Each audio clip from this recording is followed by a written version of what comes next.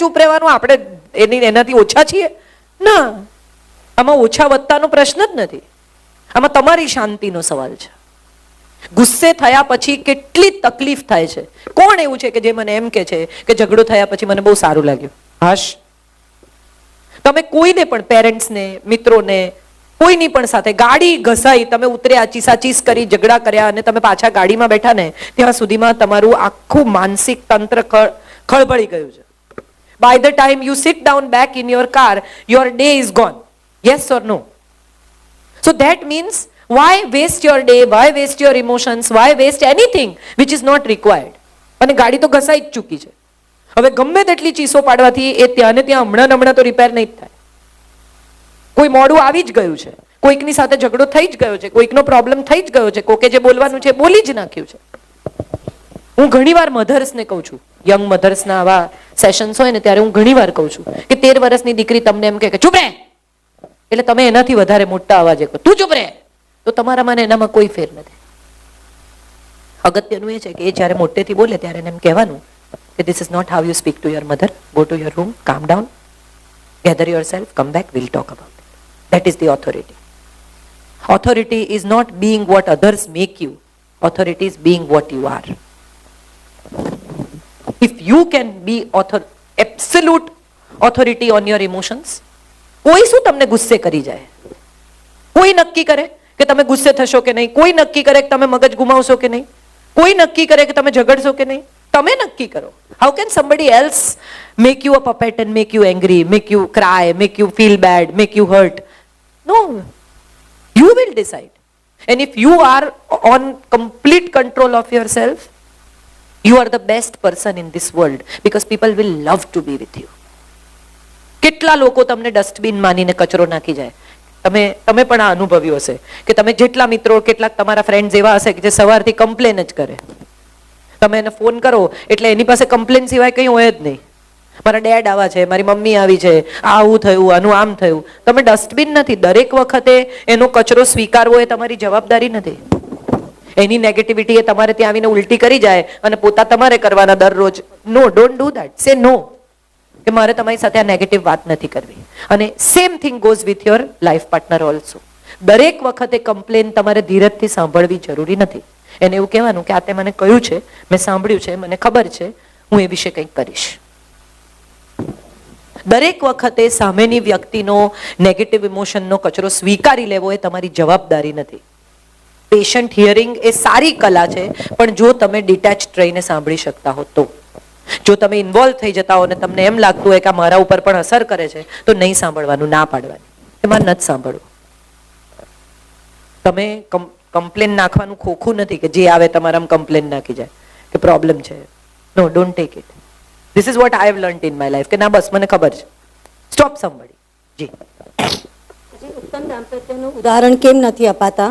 એની જિમ્મેદારી કોની? સમાજની, શિક્ષણની, બંનેની? શું કારણ? તો આ બધું મેં કહ્યું એ શું કહ્યું? બધું ફરી કહું? કોનો સવાલ છે આ? If you have heard, I think I have said the same thing. I have been talking about it since I started. ઉત્તમ દાંપત્યના દાખલા નથી અપાતા કારણ કે બે લોકો ઉત્તમ દાંપત્ય જીવવા માટે સાથે રહેતા જ નથી, પ્રૂવ કરવા માટે સાથે રહે છે. ડિગ્રીના લગ્ન ડિગ્રી જોડે થાય, બેંક બેલેન્સના લગ્ન બેંક બેલેન્સ જોડે થાય, પરિવારના લગ્ન પરિવાર જોડે થાય. બે જણા એકબીજાને પરણે છે, બાકીનું બધું ઇન્સિડેન્ટલ છે. ગોઠવાય તો બહુ સારી વાત છે, ના ગોઠવાય તો એ વિશે ચિંતિત થવાને બદલે જે વ્યક્તિ સાથે જીવવાનું છે એના પર ફોકસ થવું જોઈએ. આવું હું દ્રઢપણે માનું છું. હા, એના મા બાપને સાચવવા જોઈએ કારણ કે એનો હિસ્સો છે. દીકરીના મા બાપ પણ ને દીકરાના મા બાપ પણ એના પરિવારનો, એની જિંદગીનો, એની લાઈફનો હિસ્સો છે. જેમ એના ખાવાના શોખ સાચવો છો, જેમ એના મિત્રોને સાચવો છો, એમ એના મા બાપને સાચવવા જોઈએ કારણ કે એના વગર આ બાળક સંભવત ના. જે દીકરી તમને ગમે છે, જે છોકરી તમને ગમે છે, એ એની સાથે એના પેરેન્ટ્સનો ઉછેર છે. જે છોકરો તમને ગમે છે એની સાથે એના પેરેન્ટ્સના વર્ષો છે. So you cannot avoid those things in life. But પ્રસન્ન દાંપત્યનો સીધો અને સાદો ઉપાય એ છે કે પ્રસન્ન રહેવું. અંદરથી ચીડાયેલો માણસ ક્યારેય કોઈને સુખી કરી શકતો નથી. કોન્સ્ટન્ટ તમે જ ચીડાયેલા હો તો તમે બીજાને કેવી રીતે પ્રસન્ન કરવાના છો? આમાં પાણી છે તો હું પાણી શેર કરીશ, આમાં કાદવ હશે તો હું કાદવ શેર કરીશ. મારી ભીતર તો ખુશી હોય. બી happy first and then make others happy. Yes darling. Absolutely. There is no the one.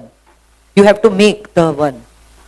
Choose one with maximum that you can have and then create what you want out of it. There is no perfect marriage. સુખી લગ્ન જીવનની ચાવી આવું કોઈ તમને કહે ને તો એવું માનવાનું કે કોઈ તાળું નથી કે ખુલે, નહીં ખુલે. આવી કોઈ ચાવીઓ નથી. પરફેક્ટ લગ્ન આવો કોઈ દાખલો જ નથી. આદર્શ લગ્ન આવા કોઈ શબ્દો જ નથી. બે ઇમ્પરફેક્ટ લોકો સાથે રહીને એક પરફેક્ટ રિલેશનશિપ બનાવી શકે તો એ પરફેક્ટ લગ્ન છે. બધા જ ઇમ્પરફેક્ટ છે.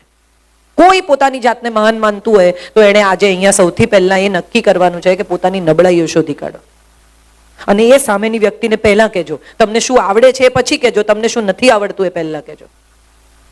કારણ કે એ બહુ મહત્વનું છે. Be honest. જે વ્યક્તિ તમને જેવા છે એવા નહીં સ્વીકારી શકે તો ક્યાં સુધી તમારા ફેસ પર માસ્ક રાખીને એકબીજાની સાથે રહેશો? નહીં રહી શકો. અને જ્યારે માસ્ક ઉતરશે ને ત્યારે બહુ મોટો પ્રોબ્લેમ થશે. એને બદલે કહી દો કે મને રસોઈ કરવી નથી ગમતી, આ જમાડ દઈશ 2 ટાઈમ, પણ I am not fond of cooking. Very good. If you are very foodie, then please make sure that I am not going to be that Chinese cutting person. I am not. હું મારા ઘરમાં કહું છું કે Chinese તમે કાપવામાં આખો દાડો વિતાવો અને ખાવ એટલું. મંગાવી લો યાર, એક દિવસ ચાઇનીઝ ખાવું, રોજ ક્યાં ખાવું? નથી આવડતું તો એમાં ખોટું શું છે? મને નથી આવડતું બહુ સારું રાંધતા તો હું ઇમ્પરફેક્ટ છું? ના. તમે સાંભળો છો ને બધા, મને કોઈ આમાંથી એવું પૂછ્યું કે તમને રસોઈ આવડે છે? No, there are qualities of a person. Try to find those. Everyone has something. There is no concept of the one, beta. And don't get into that trap ever. Nowadays, parents' interference, especially mother, a lot after marriage. What do you say? If a mother wants her daughter to be happy, let her live her life. કારણ કે માને કંઈ કરવાનું નથી ને એક જ સંતાન છે. પહેલા એવું હતું 3-4 દીકરીઓ હોય ને 2-3 દીકરા હોય ને માને ટાઈમ જ ના હોય. એ વહુ સાથે લડવામાં એટલી બિઝી હોય કે દીકરી શું કરે છે એમાં એનો સમય જરા ઓછો જાય. હવે શું એક જ દીકરી હોય, એ જતી રહી, હવે શું કરવાનું? એટલે એને ઘેર શું બન્યું, એની સાસુએ શું કર્યું, તું ક્યાં ગઈ હતી, એ કેમ પહેર્યું, પેલું કેમ ના પહેર્યું. I think mothers also should understand કે દીકરીને સુખી થવા દેવી હોય. કોઈ એક માણસ ગાડી ચલાવતું હોય ને પાછળનો માણસ બેસીને સતત એમ કે બીજામાં નાખ, બીજા ગિયરમાં નાખ, ચલ હવે ત્રીજામાં નાખ, ચલ હવે આમ કર, બ્રેક માર. આવી રીતે ગાડી ચાલે નહીં.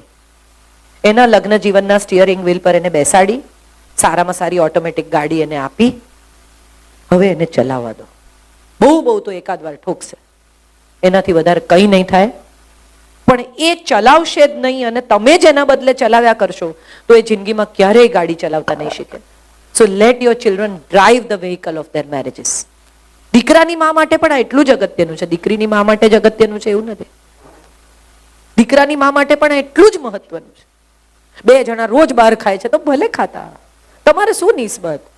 રોજ 12 વાગે આવે તો એકબીજાની જોડે જ 12 વાગે આવે છે ને. એ લોકો એકબીજાની સાથે 12 વાગ્યા સુધી બહાર રહી શકે છે એનો અર્થ એમ કે લડતા નથી. બી હેપી. પરણીને આવે છોકરી એટલે સૌથી પહેલા ચાલુ કરે હવે બચ્ચું હોવું જોઈએ, અમારા હાથ પગ ચાલે છે ત્યાં સુધી તમારું બચ્ચું. અરે તમારા હાથ પગના ભરોસે એમણે છોકરું પેદા કરવાનું છે. Let them be prepared as parents. Let them also understand about life, whether they really are ready to become parents. માનસિક રીતે, શારીરિક રીતે, કામની દ્રષ્ટિએ, ફાઇનાન્શિયલી. આજની સ્કૂલો કેટલી મોંઘી છે.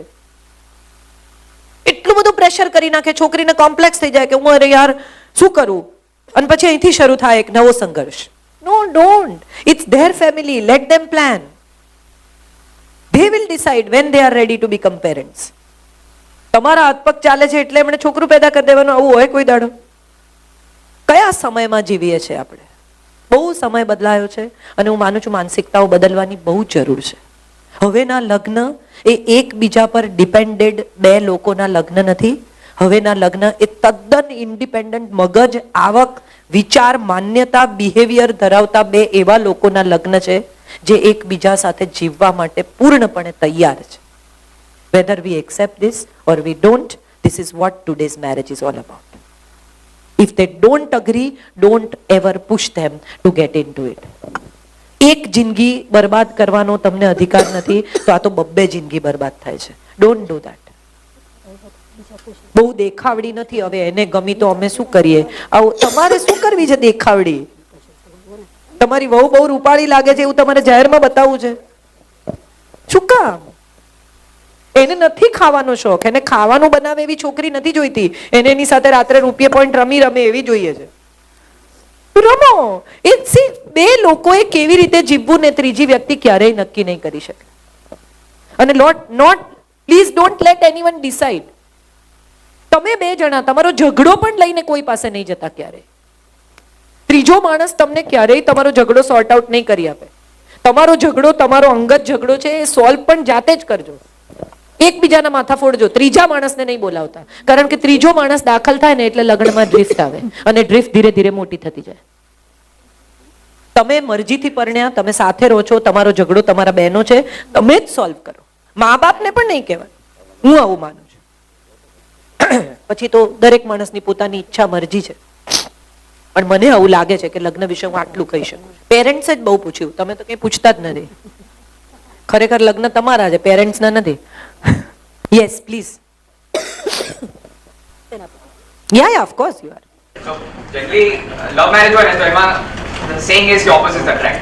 અને તમે જ્યારે arranged marriage setting માં જાઓ ત્યારે most of the times you're looking at કે શું similarities match થાય. So when similarities are not there, then what kind of attributes can you look for? Arrange marriage or love marriage, મને હંમેશા એવું લાગ્યું છે કે ઓપોઝિટ્સ એટ્રેક્ટ. બે એવા લોકો કે જે એક જણ બહુ જ બોલે અને બીજું ઓછું બોલતું હોય તો તમને સમજાય કે આ પરફેક્ટ લગ્ન છે. એક જણ બહુ જ આઉટગોઈંગ હોય, ખૂબ મજા કરવા વાળી વ્યક્તિ હોય, અને બીજી એટલી ના હોય તો તમને એમ થાય કે આ કરેક્ટ લગ્ન છે.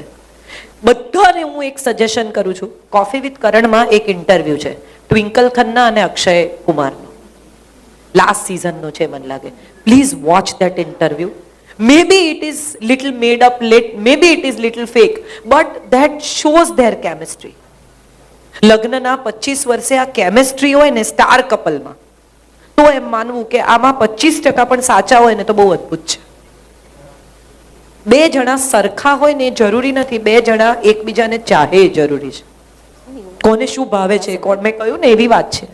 But yes, very important criteria in arrange marriages, how honest is she, how open is she, how much she can talk to you, how much she can understand you without saying, how much she reads between the line.